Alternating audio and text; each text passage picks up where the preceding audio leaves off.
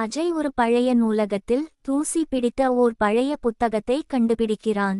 மாயாலோக கதைகள் என்று அதன் மேல் எழுதப்பட்டிருக்கும். இது என்ன புத்தகம்? உள்ளே என்ன இருக்கு என்று கேட்டபடி அவன் அதை படிக்கத் தொடங்கும் போது ஒரு மின்னலுடன் கூடிய வெளிச்சம் அவனை புத்தகத்திற்குள் உள்வாங்குகிறது. அவன் விழித்தது ஒரு வண்ணமயமான பறக்கும் மாளிகைகள், பேசும் பூச்சிகள் மற்றும் நடக்கும் மரங்களுடன் கூடிய உலகத்தில். அங்கே மாயா என்ற ஒரு எறும்பு அவனை சந்திக்கிறது. வணக்கம், நீங்கள்தான் எங்கள் இரட்சகர். நேரத்தை திருடும் கால நாகனை தடுத்து எங்களை காப்பாற்ற வேண்டும்.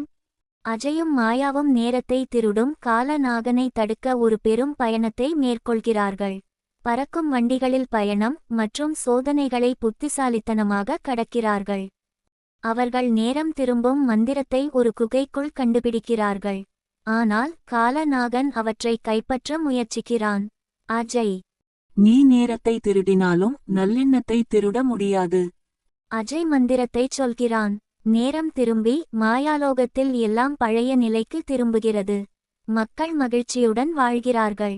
அஜயை குட்டி ராஜா என்று அணிவித்து மாயா மகிழ்கிறாள். அவனுக்கு பின்னர் புத்தகம் மீண்டும் திறக்கிறது. எங்கள் உலகத்தை காப்பாற்றியதற்கு நன்றி. வேண்டுமானால் நீங்கள் மீண்டும் வரலாம்.